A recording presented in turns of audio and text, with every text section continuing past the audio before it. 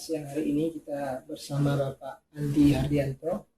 Beliau selaku Kepala BPS Badan Pusat Statistik Aceh Selatan. Ini kita sedikit berbincang-bincang mengenai tentang data Aceh Selatan. Data mencerdaskan bangsa, gitu ya. Kita perlu tahu data untuk mencerdaskan bangsa ini. Gitu.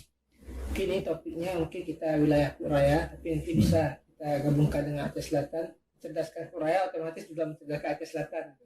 Mungkin langsung pertanyaan pertama Pak tentang data-data di sektor pendidikan. Kami menanyakan bagaimana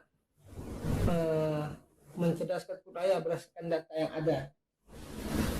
Oh ya, ya perlu saya jelaskan maksud dari data mencerdaskan bangsa ya bahwa setiap proses pembangunan tahapan-tahapannya itu ya memang sudah sewajarnya dilakukan dengan menggunakan, pasti ada tahapan perencanaan.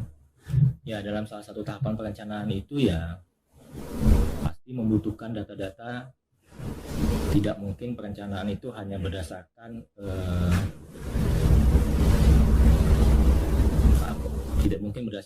berdasarkan kajian yang tidak berdasarkan data atau hanya berdasarkan asumsi atau berdasarkan apa gitu kan. Kalau menggunakan data semuanya jelas gitu kan. Jadi apa yang mau dilaksanakan, berapa volumenya, berapa targetnya, berapa rencana realisasinya juga bisa dilakukan. Ya itulah data mencerdaskan bangsa itu. Jadi semua kegiatan pembangunan atau apapun kegiatan, ya apapun pendapat, bahkan mungkin pendapat atau apapun ya semuanya kalau berdasarkan data kan lebih valid ya, lebih bagus, lebih ilmiah juga secara ilmiah, jadi bisa dipertanggungjawabkan juga. Kalau itu ya. Oke, terima kasih Pak. Ini bicara sektor pendidikan dulu nih Pak. Ya boleh. Pada tahun 2020 berapa banyak lembaga pendidikan formal yang ada di kawasan Kuraya, regional Kuraya? Kalau jumlah ya bisa dilihat di ini ya, apa perlu saya sebutin ini ya. Kalau secara jumlah sih ya memang di Klut Raya ya 5 kecamatan ya. 5 kecamatan itu secara proporsi ya termasuk tinggi ya kalau untuk di proporsi terhadap Kabupaten Aceh Selatan ya secara jumlah ya. Ya mungkin ada ya sekitar 30% dari jumlah sekolah yang SD, SMP, SMA itu ya berada di Klut Raya gitu. Ya misalkan ini belum saya jumlahkan ya. Oh sebentar, cut aja dulu ya. Ya. Artinya perlu jumlahnya atau gimana? Jumlahnya berapa banyak lembaga formalnya? Oh lembaganya. Saya Sesuai ini saya tanya Pak. ya. Sesuai itu. Lupa ini saya cuma nambahin ini aja guru kemarin. Atau udah nanti aja dulu ya. Kita Kemudian masalah ini ya. Apa lagi? dari jumlah lembaga pendidikan formal yang ada di Klut Raya, bagaimana dengan angka partisipasi sekolah? Nah, mengenai angka partisipasi sekolah yang BPS punya itu ya angka kabupaten. Kalau untuk SD 99,64%, SMP 98,63%, SMA 82,64%, perguruan tinggi 35,94%. Ya ini merupakan perbandingan antara mereka yang masih sekolah terhadap jumlah penduduk di usia yang sama. Jadi yang misalkan SD 99,64%, artinya mereka yang masih sekolah itu dibandingkan terhadap usia SD itu 99 hampir semua 99,64% sekolah. Sisanya 0,46% di usia 7 sampai 12 tahun ya tidak sekolah atau belum sekolah. Artinya termasuk tinggi ya. Kalau dari sisi ini, kecuali perguruan tinggi ya, hanya 35,94%. Jadi usia 19 sampai 24 tahun yang kuliah di Aceh Selatan hanya 35,94%. Kalau SMA, SD, SMP termasuk tinggi, SMA hanya 82%. Ya itu. Oke. Kemudian ini Pak, kalau bicara sekolah kan ada guru kan, lepas Ya. dari peran guru gitu Pak. Jadi bagaimana angka atau penjelasan dari Bapak terkait rasio guru di Aceh Selatan atau khususnya Kuraya? Kalau rasio guru kalau udah saya bandingkan ya hampir 1:8 ya, SD SMP rata-rata ya. SD SMP SMA ya. Artinya satu guru membawahi 8 murid ya, mengajar ini 8 murid ya. Kalau perbandingan secara jumlah ya. Ya termasuk tinggi ya. Ya termasuk ideal lah. Satu guru 8 murid. 8 murid. Ya, SD 18, SMP 18 juga, SMA 1. Kalau ini perbandingan secara jumlah ya. Secara jumlah. Tapi apakah ya secara jumlah Ini melihat masuk tinggi ini. melihat angka partisipasi sekolah di wilayah Aceh Selatan atau khususnya Klud, bagaimana dengan potensi kualitas SDM masa depan di Aceh Selatan dan Klud? Kalau SDM ya mungkin yang perguruan tingginya ya mungkin hanya 35,094% yang kuliah ya. Usia 19 sampai 24 tahun ya. Itu kan usia kuliah ya. Ya artinya masih hanya sepertiga, sekitar sepertiga usia 19 sampai 24% yang kuliah. Artinya 60%-an sisanya ya mungkin langsung bekerja atau tidak. Ya mungkin langsung bekerja atau tidak bekerja ya, kemungkinannya itu tidak kuliah, posisinya tidak kuliah. Gini Pak, jadi kan dari angka data tahun 2020 ini kan melihat dari perkembangan jumlah guru sekolah itu mungkin potensi di tahun 2035 terhadap SDM di Raya Aceh Selatan. SDM ya. Potensi apa nih Pak dengan keadaan jumlah angka yang sekarang ini? Itu 10 tahun ke depan gimana? Potensi apa yang bisa muncul kira-kira? Kalau yang pertama ya angka partisipasi SMA-nya ya juga harus ditingkatkan kan ya. Ini kan hanya 82,64% ya. Memang ini Aceh Selatan kan. Tapi ya untuk data Klud Raya ya terus terang tidak tersedia ya. Tapi ini kita perbandingkan sama Aceh Selatan. Ya untuk SMA hanya 82,64%, artinya masih banyak yang tidak sekolah SMA ya. Usia SMA tapi tidak sekolah. Posisinya tidak sekolah. Ya bisa saja dia langsung bekerja atau tidak. Ya antara bekerja atau tidak bekerja. Lembaga formal ya lembaga. Ini udah lembaga formal itu ya. Lembaga formal juga. Oke Pak, kita beralih ke sektor pariwisata. Ya. Yang pertama, adakah wilayah di Klud Raya yang bisa menjadi objek wisata prioritas atau penghasil PAD yang tinggi? Kalau prioritas saya lihat di data yang dari Dinas Pariwisata ya, itu kalau untuk 2019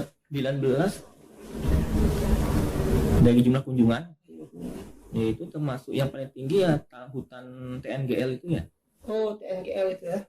Kemudian ya itu termasuk kunjungannya tinggi ke situ, kemudian ke Danau Genting Buaya ya. Klud Selatan. Klud Selatan juga ya. Saya juga lihat dari data di itu. Karena berbeda saya lihat polanya yang 2000 ini kan data 2019, yang 2018 itu lebih banyak kunjungan ke wisata religi ya, makam itu ya. Makam Cut Ali sama Panglima Raja Lalu. Tapi yang 2019 ini lebih banyak ke taman hutan ya, hutan lindung, ke danau, kemudian pusat penelitian. Ya mungkin ya ya itu yang ya mungkin nggak tahu tren kedepannya apa, karena sepertinya sih bukan pantai ya tujuan utama wisata Klud ya, lebih ke arah wisata religi atau ya sungai danau gitu ya, sungai danau dan hutan ya, karena ada Taman Nasional Gunung itu ya, Taman Nasional itu. Kalau bicara lebih spesifiknya apa terdata nih jumlah pengunjung objek wisata ini? Ada di buku itu ada data dari Dinas Pariwisata ada, makanya saya bisa lihat di situ, bisa bicara karena dari situ ada. Yang mana? Yang di TNGL di Yang TNGL itu aja 8.000 kunjungan ya. 8.000 kunjungan setahun ya, dan Danau Genting Buaya 8.000-an juga. Ya itu kalau dari data ini ya, sama pusat penelitian orangutan di mana nih? Klud Timur. Klud Timur ya. 6.000-an. Ya, betul. Di makam Panglima Raja juga masih termasuk tinggi 3.000-an ya. 3.000 per tahun, Pak. Ya ini setahun, data Tahun setahun. tinggi ini. Iya. Kalau ini, menurut pandangan Bapak, sejauh mana dampak pariwisata ini dalam mensejahterakan masyarakat sekitar Teluk Raya? Ya kalau kita tahu pariwisata itu kan termasuk istilahnya apa sih? Ya termasuk kalau sekarang salah satu primadona juga ya dalam menggerakkan ekonomi ya. Pertama ya kita juga sudah punya sumber dayanya, pantai, danau, sungai gitu kan. Kemudian ya tinggal dikelola saja oleh pemerintah daerah atau mungkin masyarakat kan bisa untuk mengelola itu. Kalau potensi besar ya tapi tinggal dikelola saja, karena kalau tidak oleh pemerintah daerah ya bisa saja oleh masyarakat kan, oleh kampung atau desa bisa mengelola itu. Ya sepertinya sih, tapi wisata-wisata alam dan religi ya kalau di Kelut Raya ya. Potensinya itu, Pak. Ya kalau lihat dari data ini, Alam ya dan religi, makam itu ya, ya. makam dan itu dan apa taman nasional gitu. Oke, terima kasih Pak. Ini kita beralih ke sektor yang lain ya. Pendidikan sudah, pariwisata juga sudah, transportasi nih Pak. Kita beralih ke sektor transportasi ya. Pertama itu, apakah semua masyarakat telah difasilitasi oleh pemerintah dengan jalan aspal? Masihkah ada jalan tanah atau yang rusak di wilayah selatan? Kalau dari data masih ya, masih ada jalan yang hanya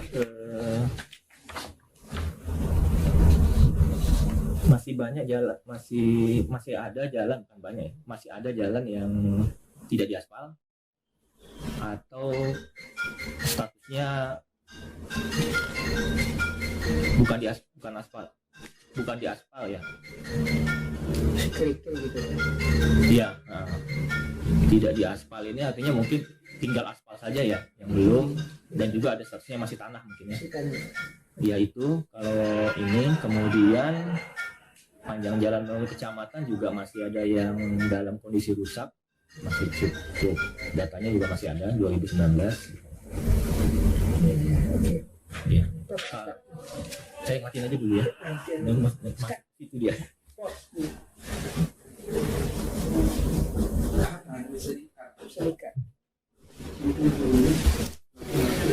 Kalau data ini apa saya sebutkan juga atau gimana? Nah ya masih ada ya, kalau kondisi kan ada dia. Menurut kondisi jalan dan jenis permukaannya ada, kalau datanya ada kan? Ya? Saya lihat sih masih ada, ini belum nol ya, belum. Jadi ya masih ada yang harus ditingkatkan ya. Kalau jenis permukaan kan harus ditingkatkan kan dari yang belum aspal. Kira-kira dibandingkan dengan kecamatan yang lain, 5 kecamatan raya ini lebih banyak yang belum beraspal gimana Pak dengan kecamatan yang lain dari segi angka? Dari segi angka yang belum beraspal ya? Termasuk banyak yang belum, atau ada wilayah lain yang masih lebih parah lagi daripada raya? Per kecamatan atau Kelut Rayanya? Per kecamatan apa dibandingkan 5 kecamatan? Ya kalau di per kecamatan ya Trumon juga masih banyak ya. Banyak ya? Ya Trumon. Kalau daerah barat sana sepertinya sih nggak banyak lagi ya. Barat sana ya? Sana ya. Ya Trumon dan Bakongan ya, termasuk Kelut. Ya. Mungkin karena kontur tanahnya ya, bukit-bukit itu ya, campuran juga kan. Oke Pak, ini terkait transportasi, kita tahu di Kelut Raya itu kan ada fasilitas transportasi itu seperti terminal di Kota Fajar, ya, dengan Bandara Cut Ali. Nah, ini dampaknya bagi kesejahteraan masyarakat apa? Ya kalau terminal ya sepertinya yang melayani lokal ya, transportasi lokal dan Banda Aceh ya mungkin. Banda Aceh ada, loketnya. Ya ada. Ya sepertinya tetap hidup kan, karena ada penumpangnya. Kalau dari Kota Fajar ke Banda Aceh atau Medan ada ya, khusus dari sana ada kan. Kemudian kalau untuk Bandara Cut Ali, yaitu kalau data kita dari sejak tahun berapa itu tidak ada penerbangan ya. Yang setahu saya sih penerbangan yang Cut Ali itu memang penerbangan subsidi. Jadi ya mungkin tergantung dengan subsidi yang diberikan pemerintah gitu. Apakah ya saya tidak tahu kenapa tidak ada penerbangan ke sini sampai hari ini, mungkin belum ya. Sepertinya belum ada. Yang penting bandaranya juga sudah selesai ada kan. Dan katanya juga mau ditingkatkan ya. Ada pernah saya dengar juga 10 kilo ya. lagi ya. Karena ke depan ini kan ada imigrasi Oh. kalau mau dibuka juga ini Cabang Melabuh ya. cabang Labuh. Iya, cabang Melabuh. Oke, terkait ini Pak, dengan adanya bandara dan terminal di Kota Fajar itu, apa sih potensi dari daerah raya yang dekat dengan terminal dan bandara ini? Potensi Untuk dapat manfaatnya. ya kalau memang potensi ya, kalau ada bandara dan terminal ya wisata ya. Kemudian transit ya, tempat transit itu kan terkait dengan akomodasi hotel dan sejenisnya kan. Kemudian wisata ya terkait juga dengan hotel dan akomodasi lainnya. Jadi usaha-usaha perhotelannya akan meningkat ya. Ya kalau itu bisa dikembangkan ya, misalnya orang jadinya bisa lebih cepat ke sini ya. Kalau misalnya ada pesawat tidak perlu dari Banda Aceh 8 jam atau dari Medan 8 jam gitu kan, bisa lebih cepat. Kira-kira nih Pak, selain ada terminal, ada bandara, untuk meningkatkan perekonomian masyarakat di Kuraya, kira-kira Kuraya butuh pelabuhan ya? Kalau pelabuhan itu ya saya tidak dalam, ya kami ya tidak dalam kapasitas bisa merekomendasikan gitu. Tapi kan pasti saya yakin ada kajiannya ya sebelum Maksudnya dengan melihat jumlah penduduk, dengan jumlah data-data yang lain, kira-kira layak nggak ada pelabuhan di Kuraya? Dari data nelayannya, dari data penduduk. Kalau BP ya, kalau kita kan hanya tidak ya, harus ada kajiannya ya, analisisnya ya. Data nanti secara data ya, nanti kita lihatlah pertaniannya gimana, kemudian itunya gimana kan. Maksudnya pelabuhan apa? Kalau pelabuhan perikanan ya nggak masalah ya, bisa saja di mana saja bisa dibangun kan. Tapi kalau pelabuhan besar ya itu mungkin butuh kajian lebih, potensi barang yang mau dimuat, kemudian nanti potensi barang yang mau dibongkar juga, termasuk potensi ya mungkin penumpang kan. Karena kita udah di Aceh Selatan udah 2 ya pelabuhannya, Batuan sama Buana Ciga. Batuan barang, penumpang juga udah kan. Yang dari Simelung kan Perintis itu ada. Oh iya. Pesawatnya kapalnya lebih kecil, tapi dia khusus penumpang. Ya. Kalau yang di Labuan Haji kan ada mobil. Barang, ya. Ada mobil. Oke, terkait ini Pak, kita beralih ke sektor perdagangan ya. Ini yang pertama, rata-rata penghasilan masyarakat di Kuraya itu apa Pak? Ya kalau dari si potensinya sih pertanian ya, khususnya tanaman padi dan palawija ya. Kalau kita lihat yang dominan sih di situ. Dari sisi luas produksinya, kemudian luas lahannya, itu yang dominan sepertinya di situ. Oke. Ini Pak, terkait catatan dari BPS nih Pak, angka kemiskinan di Aceh Selatan ini seperti apa Pak sebelum kita untuk Ya kalau Aceh Selatan dari 2019 ke 2020 ini ada penurunan angka kemiskinan, dari jumlahnya turun, kemudian persentasenya juga turun. Dari kalau secara jumlah dari 31.060 jiwa menjadi hanya 30.910 jiwa di 2020. Kemudian secara persentase juga turun dari 13,09% di 2019 jadi 12,87%. Itu di tingkat ya Aceh Selatan ya, Kabupaten Aceh Selatan. Ya harapannya ke depan ya makin turun lah, makin. Itu penyebab penurunannya itu berdasarkan itu apa Pak? MKM bagaimana? Ya berdasarkan garis kemiskinan ya. Ya artinya ya secara program pemerintah di daerah termasuk juga pemerintah pusat ya sudah berhasil menurunkan angka kemiskinan. Program-program yang dilakukan ya dianggap berhasil menurunkan itu. Termasuk banyak program, salah satunya kan misalnya bansos, PKH, kemudian BLT, itu kan salah satu program pengentasan kemiskinan. Kemudian ya 2020 ya, yang kami itu kan BLT, bansos, PKH. Kemudian yang ya itu kalau yang udah lama itu ada itu kan PKH ya. Kemudian satu lagi BLT itu ya. BLT Itu kan dari tahun 2015 sudah ada ya. Itu kan salah satu program juga. Kemudian Raskin itu kan oh ya termasuk, Raskin saya suka gitu ya. itu termasuk salah satu program pengentasan kemiskinan.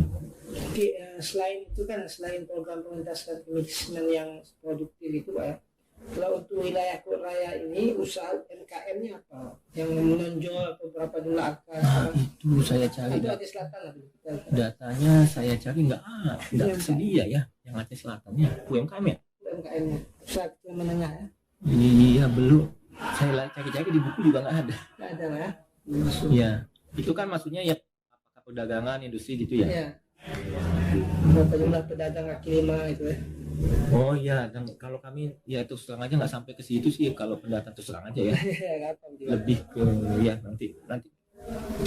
Jadi bicara PAD nih Pak, produk dari Kulit Raya apa sih yang mampu meningkatkan PAD secara signifikan? Kalau secara Aceh Selatan saya lihat sih dari PAD-nya dari retribusi dan pajak ya. Dari pajak ya? Pajak daerah dan retribusi ya. Retribusi apa nih? Ada datanya dari dinas BPKAD ya, BPKAD ya. BPKD Keuangan.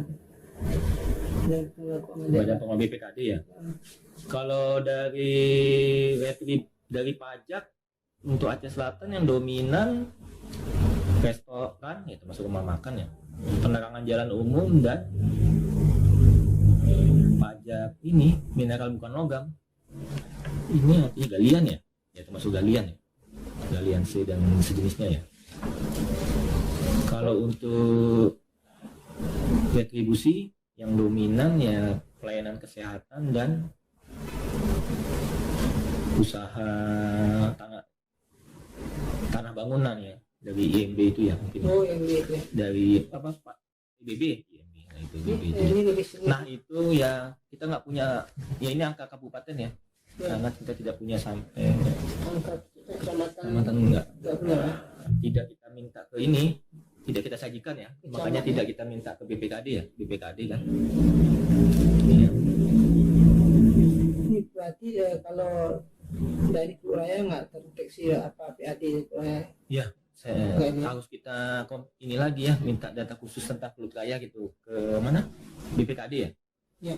Terkait ini, kalau per kecamatan kan bisa kita lihat, jadi kalau ini kan hanya angka kabupaten. Ya. Bagaimana dengan jumlah yang telah selesai pendidikan? Apa? Memilih berbisnis atau menjadi karyawan? Itu didata nggak Pak? Nggak ada, kita nggak sampai, kita tidak punya data itu. Kecuali mungkin ada yang mau survei khusus itu gitu. Survei apa itu? Ya, enggak. Survei pengangguran gimana itu? Iya itulah di survei ininya saja yang sudah lulusan SMA. Oh gitu ya. Bisa jadi kan. Jadi ya. Apakah nanti dia mau jadi bisnis atau mau kuliah atau mau jadi karyawan gitu ya. Kita nggak sampai, ya itu tidak sampai data seperti itu kita kumpulkan, nggak ada. Oke Pak, ini selesai nih sektor perdagangan. Masih ada 3 sektor lagi. Pak. Kita ke sektor persawahan dan perkebunan. Ya. Oke. Pertanyaan pertama, jumlah penduduk di wilayah Kulit Raya berdasarkan usia 30 sampai 34 tahun itu berapa? Ya kalau dari persentase untuk Aceh Selatan 22% ya. Artinya berapa? Hampir 1/4 ya. Usia 20 sampai 34 ya. Masuk banyak, besar ya. Saya berapa angkanya Pak? 50 untuk Aceh Kabupaten 54.435 jiwa yang usianya 20 sampai 34. 22,586%. Ini data kabupaten ya? Iya, kabupaten. Yang usia segitu. Ya. Ini dari seluruh jumlah penduduk Jakarta berapa? 238.000. 238.000. Itu 22%. 22%. Ya. 20. Berarti yang usia 20 sampai 34 tadi? 20 sampai, iya itu 20 sampai 34 itu 22% itu 22%. dari total jumlah penduduk. Oke, lanjut lagi. Komoditas apa yang menjadi unggulan di wilayah Aceh Selatan khususnya Kulit Raya? Ya, kalau tadi saya sudah melihat padi ya. Ya. Padi, jagung, kemudian kalau sayur-sayuran cabai ya. Cabai. Itu di daerah Kelut Tengah itu itu termasuk paling tinggi di Aceh Selatan, itu termasuk paling tinggi tuh. Kelut Tengah ya. Daerah penghasil cabai ya. Cabai ya. Kemudian ya itu kalau dari pertanian. Kalau perkebunan ya belum maksimal mungkin ya. Belum ada Masih yang lebih tinggi daerah Trumon ya. lebih rumah ya. Ya, kalau tadi persawahan dan perkebunan ya. Ya, kalau perkebunan masih lebih tinggi di Trumon dan Trumon Raya ya. Dan Bakongan. Bakongan ya. Ya. Iya. Tapi kalau yang menjadi komoditas Kulit Raya itu cuma cabai itu, cabai. Nggak, padi, jagung, Jagung enggak itu termasuk tinggi di Aceh Selatan ya. Kulit Raya ya. Padi, jagung, dan kalau tanaman sayur-sayuran ya cabai itu, Cabai. cabai merah ya. Ya di Kulit Tengah ya. Ini Pak, terakhir lagi. Bagaimana pendapat Bapak terkait daya produksi komoditas yang ada di wilayah Kulit Raya ini? Daya produksinya, panennya ya. Ya kalau daya dukung lahan mendukung ya. Karena daerah Kelut itu kan masuk daerah dingin ya. Untuk Iya. buah-buahan sayuran cocok sepertinya. Dan buah-buahan juga ya banyak daya dukungnya ya sepertinya mendukung untuk tanaman padi dan palawija dan sayur-sayuran buah-buahan ya. Kelut Raya ya. Karena irigasinya juga bagus kan? Oh, irigasinya bagus. Ya diakui lah. Air aja. Bagus, airnya lancar kan. Ya. Dari segi luas persawahan dan perkebunan nih Pak, apakah mampu memenuhi kebutuhan pokok masyarakat Korea atau lebih itu saya mampu mensupport Aceh Selatan gitu? Ya kalau produksi padi dijumlahkan ini udah berapa ya? Besar ini. Besar ya padi ya? Kalau jumlahkan 5 kecamatan ya. 5 kecamatan ya?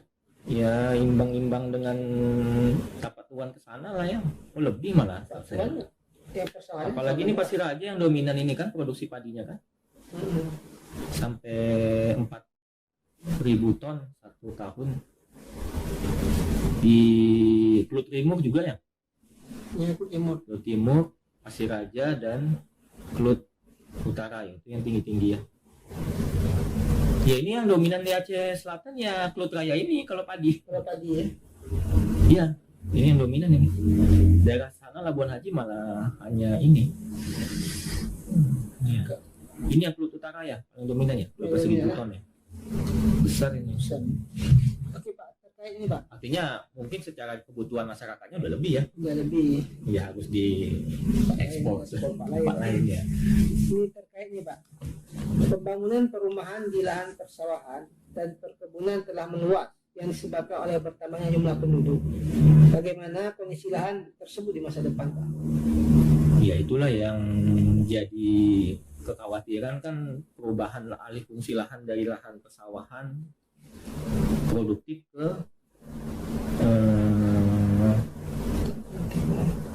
ke yang lain, kebunan, perumahan gitu kan. Artinya kalau apalagi godaan untuk apalagi perkebunan itu kan sedang lagi tren sawit ya. Sawit. Ya kalau misalnya semua banyak lahan perkebunan banyak lahan pertanian sawah yang berubah ke sawit kan nanti kita lama-lama yang bisa mengimpor beras dari daerah lain gitu karena lebih lahan pertaniannya berkurang, termasuk juga untuk perumahan ya. Terkait jumlah peralihan nih Pak, terreduksi nggak? Kalau jumlah sawit. Kalau yang saya tahu sudah ada. Kalau di kabupaten sudah ada luas, sudah ada apa sih istilahnya keputusan luas lahan yang harus dijaga ya untuk pertanian tanaman pangan. Dijaga itu ya dalam arti ya diusahakan semaksimal mungkin untuk tidak berubah fungsi gitu. Bertambah boleh gitu. Kalau berkurang ya diusahakan tidak ya. Itu ya sudah komitmen pemerintah pusat daerah untuk menjaga itu, jangan sampai berubah, termasuk ya sampai ke kecamatan juga itu menjaga itu. Terdeteksi nggak ada jumlah perkebunan sawit berapa luasnya yang ada di Selatan?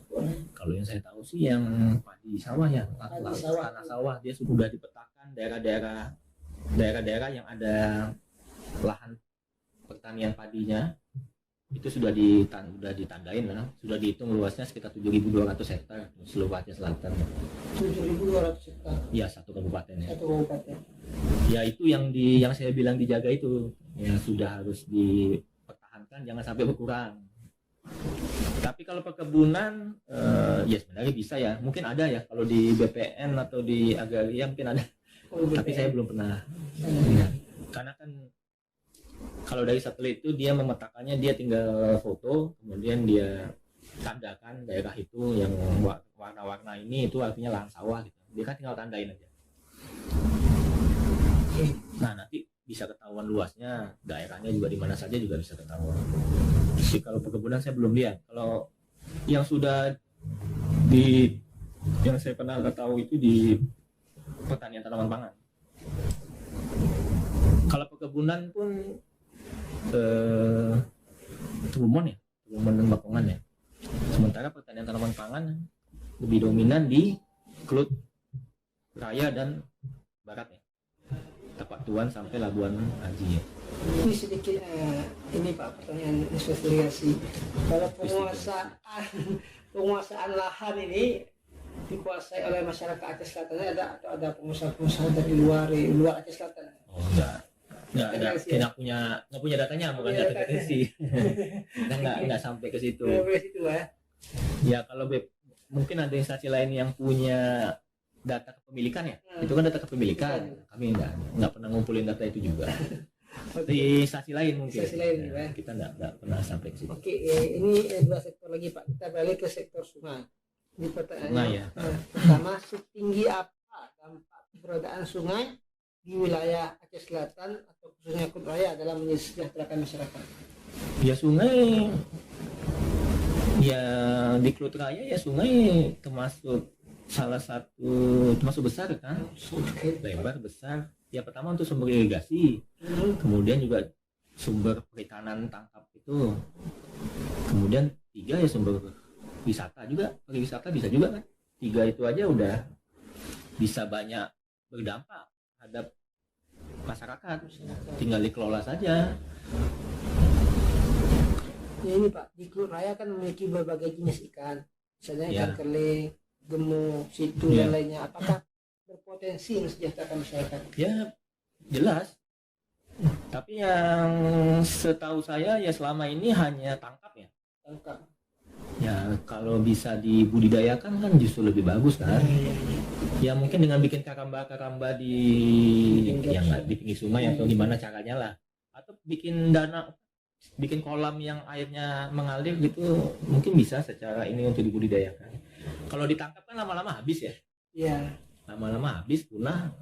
Tapi kalau budidaya ya bisa lebih kembang biak. Ya bisa sampai kapanpun bisa. Kita bisa jumpa keling, nggak perlu jauh-jauh ke mana, ke hulu ya, untuk dapetin keling. Kalau sekarang kan makin jauh katanya. Iya. Nggak bisa lagi dapat di dekat-dekat kota desa gitu kan, nggak bisa lagi. Harus jauh ke atas kan. Ya itu budidaya itulah kalau memang bisa ini, karena memang potensi ada kan. Budidaya nila juga ya katanya ya, di daerah sana juga udah mulai. Kemudian untuk wisata juga bisa kan, kolam-kolam itu ya bisa dibuat jadi tempat pemancingan misalnya. Ya bisa diternakan juga, dipancing bisa juga, wisata ya. Nanti kan efeknya bisa dibuat rumah makan di situ, yang menunya ya ikan yang hasil tangkapan tadi misalnya. Bisa banyak dikembangkan itu dari sungai aja maksud saya. Bisa untuk irigasinya untuk pertanian, kemudian airnya ya untuk perikanan budidaya, perikanan air tawar, kemudian ya alamnya ya untuk wisata. Ya, ini Pak, ngomong-ngomong di Alur Kejurun, Bapak pernah sana? Belum. Di Alur Kejurun itu kan ada terdapat listrik Pak, ya, air. Apakah ada titik lain yang dapat dijadikan LTA dan bagaimana dampak mensejahterakan masyarakat sekitar? Waduh, ya saya nggak ini ya, belum pernah ada informasi itu sih kalau ke kami ya. Belum ada. Ya, dengan dibandingkan adanya sungai-sungai di Labuan Haji, di Klut ini, ada potensi PLTA-nya gimana Pak? Dengan derasnya arus dan sebagainya. Ya Ya sekali lagi ya mungkin kajiannya ya orang-orang teknik lah ya yang tahu efisien atau enggak misalnya kan, kemudian apakah nanti bisa nutupin biaya segala macam ya. Nah, kita nggak sampai tahu ke situ. Penelitian sampai situ nggak ada. Kalau terkait jumlah panjang sungai itu Pak. Panjang sungai ada setahu saya ya. Kenapa panjang sungai? Saya jumlah panjang sungai di Klud itu ada itu. Ada seharusnya di ini ada di geografis ya. Cuma nanti saya lihat. Saya Harusnya terkait dengan ini Pak. BPS ini. iya datanya dari Bapeda ya kalau nggak salah ya, hanya sebatas panjang sungai aja sih. Panjang sungainya. Biasanya di geografis itu ada. Ada. Di buku ya. Oke, ini kita sudah selesai sektor sungai. Yang terakhir mungkin sektor kelautan laut ya. Yang pertama, bagaimana tahun 2020 atau ke belakang, bagaimana dengan jumlah hasil tangkapan nelayan? Nah, bicara mengenai nelayan, dan sekali lagi kalau data yang ada dari kami di kami dari ini instansi terkait untuk laut, sepertinya untuk Aceh Selatan itu lebih fokus ke Bakongan dan arah barat ya. Yang meningkat Artinya ya, secara potensi. secara potensi. Ya, secara potensi. Kalau kita bicara potensi ya. Kalau Aceh Selatan Bakongan. Kalau kita lihat Bakongan ya, Tapak Tuan dan sampai ke sana ya, Labuan Haji ya. Itu kita bicara potensi kan? Potensi. Ya, kalau dilihat dari data juga seperti itu. Itu ya. Ya. Nah, kalau yang perikanan laut ya, untuk laut ya. Laut. Nah, kalau yang untuk Klud Raya sepertinya sih kurang. Ya, betul. Apakah karena profil pantainya atau apa, saya karena ada yang kemungkinan ya mungkin lebih banyak karang ya, lebih dekat. Atau apa gitu, kita nggak tahu pengaruh itu. Termasuk juga data kita yang mengenai pelabuhan nelayan itu ya, kan juga nggak banyak juga di Klud ya. Oke Pak, selain nelayan, apakah ada sektor usaha lain yang dimanfaatkan masyarakat laut untuk kebutuhan hidup? Laut ya. Kalau data sih kita hanya perikanan ya, hanya ikan ya yang bisa kita dapat ininya ya. Kalau yang lain belum ada datanya juga. Seperti terumbu karang apalagi lagi viral. Nah itu. Ada nggak di datanya. wilayah Aceh Selatan itu? Lobster gitu. Lobster ada. Di mana tuh Pak? Ada, saya tahu pengumpulnya ada. Daerah Mekek kan kalau pengumpulnya ada di sana. Lobster ya. Cukurang ada. Nah itu yang nggak tahu. Ya cuma hanya ya intinya kalau lobster itu kan di karang pasti ada dia. Karang-karang itu dia hidupnya kan di situ. Setahu saya sih yang di pengumpulnya di Mekek, di pelabuhan ya. Pelabuhan Mekek. Katanya sih memang di sana ada pengumpul, pedagang pengumpulnya. Lobster. Sebelum diekspor ya mungkin ke Medan atau kemana gitu.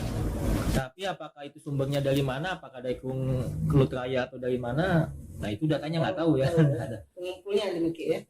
pengumpul ada yang pernah ya. Karena saya ya sering cari info itu juga. Oh itu. Kemarin ya, biasanya kan kita tahu lobster ya dari Semelu ya, ternyata ya di sini ada juga katanya, cuma nggak banyak ya. Mungkin kemungkinan tidak banyak karena yang menangkap tidak banyak. Kalau potensi kita nggak tahu ya. Tapi kalau yang nangkap nggak banyak ya otomatis yang didapat ya nggak banyak juga ya. Tapi kalau misalnya di Semelu ya memang itu banyak profesi orang-orang yang banyak orang-orang yang memang khusus tangkap itu gitu. Banyak memang kalau di sana. Ini Pak, terkait mesin ya. Apakah semua nelayan memiliki perahu mesin atau telah mampu membeli perahu mesin dari hasil tangkap? Kalau data itu apakah semua? Ya sekali lagi ya itu enggak, datanya juga kurang itu ya, belum ini ya. Ini Pak, terkait jumlah profesi nelayan. Apakah profesi nelayan ini sejauh mana hasil kelautan wilayah mampu mensejahterakan masyarakat? Maksudnya orang beralih profesi dari nelayan itu mana? Kalau ini angka nilainya sekian, yang depan menurun. Ya sekali lagi Kalau kita lihat data ya, memang nelayan ada ya di sana, tapi apakah setiap tahun perkembangannya bagaimana?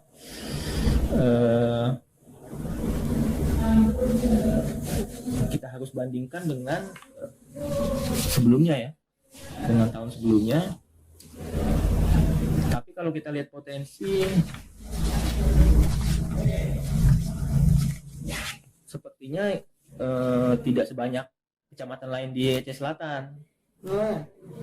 Kalau potensi ya itu tadi yang saya bilang tadi, perikanan tangkap di laut kan. Kalau perkembangannya pasti ada ya. Tapi kalau dibilang potensi ya mungkin tidak bisa jadi potensi utama ya kalau perikanan laut di sini. Mungkin lebih ke arah potensinya perikanan umum di darat, danau, sungai dan sejenisnya ya. Atau mungkin dalam bentuk budidaya gitu. Oke Pak, ini mungkin semua sektor udah. Ini terakhir dengan melihat sejauh mana Bapak melihat dengan yang data-data yang ada ini saat ini dan tahun-tahun sebelumnya, apa sih potensi Teluk Raya itu yang paling menonjol dan dapat mensejahterakan masyarakat? Ya kita simpulkan aja lah ya, dari ini kan udah. Yang pertama pertanian, khususnya padi dan palawija. Palawija termasuk jagung dominan. Kemudian pertanian sayur-sayuran dan buah-buahan. Kalau sayur-sayuran yang dominan itu ya cabai. Kemudian perikanan. Tapi di sini ya perikanan umum, sungai, danau dan termasuk budidaya. Untuk sektor lain kemungkinan bisa dikembangkan wisata, khususnya ya agrowisata ya, wisata yang berhubungan dengan pertanian. Ya itu tadi seperti di sungai itu kan, di sungai itu kemudian ya wisata yang sungai itu kemudian memanfaatkan ini petani ini apa alam. Kemudian wisata religi juga. Dulu ini Pak, dulu Teluk Raya itu kan sempat viral 10 tahun lalu lah. Wilayah pertanian nilam ya. Ya nilam. Apakah saat ini masih ada nilam itu Pak? Kalau dari data sepertinya udah ini ya. Atau tidak ada sama sekali lagi yang petani nilam? Dulu kan pernah nilam di Klub itu katanya mahal gitu ya. Ya kita lihat data aja lah ya. Boleh Pak. Mana kita lihat ya? Nilam bentar ya. Nilam ya. Saya lihat data. Nah kalau bicara itu kan ya udah lihat data. Seperti pala kan juga di Aceh Selatan juga udah berkurang juga kan. Berkurang Pak, bukan makin banyak. Oh ya pala. Kalau tanamannya banyak, tetapi perawatannya ya. Kemudian yang mengumpulkan itu juga kendala di situ kan. Kalau tanamannya mungkin masih banyak. Tapi sekali lagi kan kita bicara produksi ya. Bukan hanya lihat jumlah tanaman aja, tapi ada produksinya besar nggak? Saya pernah punya teman ini terlepas Pak. Ya, beliau ambil pertanian di Malaysia. Ketika saya dulu dari mana ada Teluk Raya. Ya. Teluk Raya itu potensi loh tanahnya untuk cocok tanam nilam. Tapi sekarang saya nggak tahu kenapa ada lagi orang tanam nilam. Ada, kalau nilam ada ya. Ada. Ya kalau Teluk Raya saya lihat masuk besar ya. Kalau saya ada data. Data ada. Berapa waktu ya jumlah lahan? Jumlah lahan ya? Oh jumlah lahan sebentar. Ini data apa ini? Ada nih luas tanaman ada nih. Ya misalkan di Kelut Selatan, di Kelut Timur 10 hektar, Kelut Utara 37 hektar, Kelut Pasir Raja 37 hektar, Kelut Tengah 52 hektar, masih ada ini. Kalau di Aceh Selatan itu termasuk tinggi nih kalau dijumlahkan ya. Lahannya ya. Tapi kalau bicara produksi nilam, pala, kalau pala lebih banyak daerah barat ya. Barat. Tapak Tuan hingga ke Labuan Haji lebih banyak. Ya itulah dari masih ada artinya ya. Masih ada. Kalau produksi, produksi juga biasa linear aja ya. Kalau ini Pak terkait luas lahan sawit saat ini dan lahan pala untuk tahun terakhir, data terakhirnya lebih luas mana Pak? Sawit dengan apa? Oh ya sawit lah. Luas sawit ya. Jauh. Kita beralih ya di nama pala. Khusus Teluk Raya ya. Besar, lebih besar. Sampai ratusan hektar ya di sini ya. Kalau untuk Aceh Selatan Pak? Oh Aceh Selatan. Perbandingan antara lahan sawit dengan lahan pala. sawit 23.000 hektar. Kalau pala hanya 5.000. Wah, jauh lah ya. Ya produksinya berapa kalau pala ini? Ya itulah sekali lagi ekspor sawit 10.000 hektar, kalau pala 16.000. Oh, masih pala lebih luas. Kalau luas ya? Luas ya. Luas ya. Ya, Tapi kalau produksi lebih tinggi sawit. Sawit ya. Perawatan. Ya ini Produksi masuk sawit. luas masih pala. Kalau produksi sawit ya. Nah, tapi kalau kita lihat produksi sawit dibanding pala ya, tapi ini secara berat sih. Ya. Lebih tinggi produksi sawit. Berapa Pak? Itu 23.000 ton. Ton. Kalau Sekali. pala hanya ya setahun 5.000 ton. 23.000 dibanding 5.000 kan jauh ya. Jauh. Tapi harusnya itu perbandingannya menurut nilai ya, rupiah ya. Lebih fair. Lebih fair gitu ya. Kalau berat kan ya bisa jadi lebih banyak, Kalau lebih berat sawit. kalau ya biasa saya juga ya. Harusnya nilai sama rupiah yang kalau mau perbandingan. Tapi kalau luas lahan masih pala masih besar. Nilam nggak banyak. Oke, Ya. cukup banget ada lagi plan. Terkait kemiskinan, Pak. Oh ya. Bapak menyampaikan bahwa penurunan kemiskinan karena banyak bantuan. Salah satunya. Sebelumnya karena bantuan atau lain misalnya peningkatan penghasilan bisa menurun. Iya, salah satunya. Kita tidak bisa bilang satu-satunya ya, tapi salah satunya itu. Maksudnya begini, bantuan-bantuan itu kan diberikan dalam rangka membantu rumah tangga miskin itu untuk memenuhi kebutuhannya, seperti Raskin kan. Dengan dia mendapat jatah Raskin itu, otomatis dia bisa mendapatkan beras dengan harga yang lebih murah, tidak sama dengan harga pasar kan. Artinya secara kebutuhan untuk beras dia sudah terpenuhi gitu. Tapi kalau misalkan dia beli beras dengan harga pasar, artinya dia harus mengeluarkan uang lebih besar. Nah, makanya bantuan itu mengurangi itu kebutuhan pengeluaran dia. Dia bisa dapatkan dengan harga yang lebih murah. Termasuk juga bantuan itu kan termasuk bantuan untuk sekolah ya. Sekolah, kemudian ibu hamil, itu juga termasuk.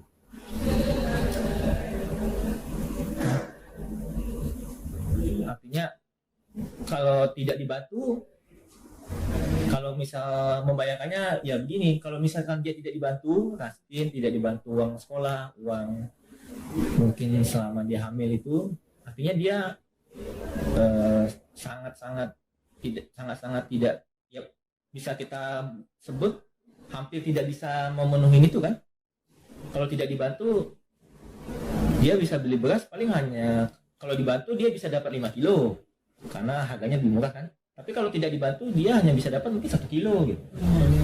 Kemudian pendidikan, kalau tidak dibantu biaya sekolahnya anaknya, ya mungkin dia nggak bisa beli baju anaknya, nggak bisa beli buku. Tapi karena ada bantuan itu dia bisa beli itu semua. Jadi dengan bantuan itu dia bisa jadi dia bisa seperti rumah tangga lain yang mampu ditutupi oleh bantuan itu ya, gitulah ininya, sederhananya sih gitu. Tapi ya memang seharusnya kalau memang kemiskinan ya lebih nyata lagi kalau memang pendapatannya bisa ditingkatkan. Tapi kalau misalnya dia nanti pendapatannya sudah ditingkatkan, kemudian dia sudah sejahtera, ya nggak perlu dibantu lagi kan. Jadi kalau kemiskinannya turun ya artinya bantuan-bantuan itu secara angka ya sudah berkurang ya, bisa berkurang di tahun berikutnya ya gitu kan. Artinya yang dibantu makin sedikit. Ya, Iya, yang dibantu makin sedikit. Ya, gimana ininya? Terakhir Pak kan ada stiker Pak.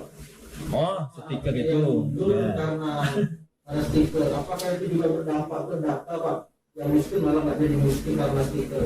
Yang miskin yang miskin tidak jadi miskin. Nah, kalau yang mundur dari data orang miskin, Kalau yang mundur itu kan yang mampu kan, yang kaya kan. Saya dia nggak mau, saya dia nggak mampu juga, tapi nggak mau di stiker gitu. Oh gitu. masyarakat miskin gitu. Setahu saya sih stiker tujuannya itu, maksudnya untuk menandakan bahwa ini adalah rumah tangga yang dibantu ya, penanda ya, kan penanda itu. Nah biasanya kalau di berita-berita yang tidak mau di stiker itu dan langsung mengundurkan diri karena dia malu, dia malu sama ya mungkin sama masyarakat kita kan, ketahuan dia bahwa dia rumahnya bagus tapi kok masih dapat bantuan. Tapi begitu datang yang mau stiker kan nggak mau dia. Ya pilihannya kalau nggak mau stiker ya dia mengundurkan diri kan. Tapi saya belum pernah dengar kalau ada yang miskin dan tidak mau di stiker. Kayaknya belum pernah saya baca di media, kayaknya belum pernah. Yang ada tuh yang mampu itu karena dia malu itu. Orang tahu rumahnya bagus. Begitu datang petugas mau stiker kan ketahuan tuh jadinya.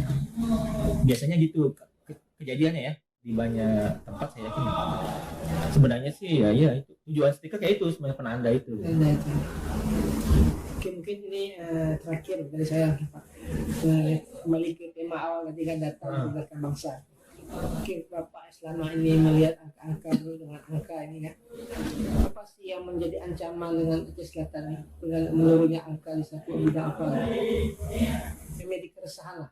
Oh ya potensi sebenarnya di sini banyak ya. Ya mulai dari Trumon Timur sampai Labuan Haji Barat kan besar ya potensi. Tanaman padi juga, irigasi kan bagus juga ya, apalagi daerah Teluk ya tinggal kembangkan aja lah. Wisata juga bagus-bagus kan di sini, spot-spotnya juga bagus ya. Tapi mungkin ya kalau wisata pengelolaan yang utama. Artinya mungkin spotnya sudah bagus, tinggal pengelolaannya saja. Kalau itu bisa dikembangkan ya kita harap ya bisa jadi tujuan wisata dari luar kan ke sini maksudnya. Kalau kita dengar kan ya Tapatuan kan belum lah ya jadi tujuan wisata ya. Kalau di Aceh yang kita dengar mana? Semelu ya. Semelu banyak. Itu yang terkenal lagi Pulau Banyak. Ya Simulu ya karena memang orang mau cari selancar itu ya orang bule khususnya ini. Dan di Singkil ya Pulau Banyak ya sama juga, pantai-pantainya kan memang indah. Ya Aceh Selatan sih kalau saya perhatikan selama di sini ya banyak juga yang bisa dikelola. Tapi yang dikelola ya misalnya pengelolaan itu ya termasuk juga nanti ke PAD ya. PAD. Pengelolaan itu kan bisa saja dengan mandiri masyarakat, mungkin dengan masyarakat yang mengelola atau pemerintah daerah ya bisa. Tapi kalau pemerintah daerah belum prioritas ya bisa masyarakat yang mengelola itu. Kemudian pertanian sih utamanya kalau Aceh Selatan. Kalau perdagangan dan jasa kan masih kurang ya. Kita bisa lihat sendiri lah. Beda dengan Labuan misalnya kan. Nah itu perdagangan dan jasanya sudah maju ya. Kalau Barat Selatan ya, Labuan yang utama. Kalau Tapatuan, Kota Panjang, Labuan Haji yang masih belum bisa mencapai seperti itu. Jadi ya pertanian, wisata ya. Pertanian ya termasuk perikanan itu juga. Itu kan potensi juga di sini. Oke, itu terima kasih banyak kepada Pak Andi. Kita sudah bincang-bincang 1 jam lebih. Kami dari Bidang Skorong mungkin mohon maaf atas segala kesalahan dan pertanyaan yang terlalu menginterogasi mungkin. Oke, sekian. Assalamualaikum warahmatullahi wabarakatuh.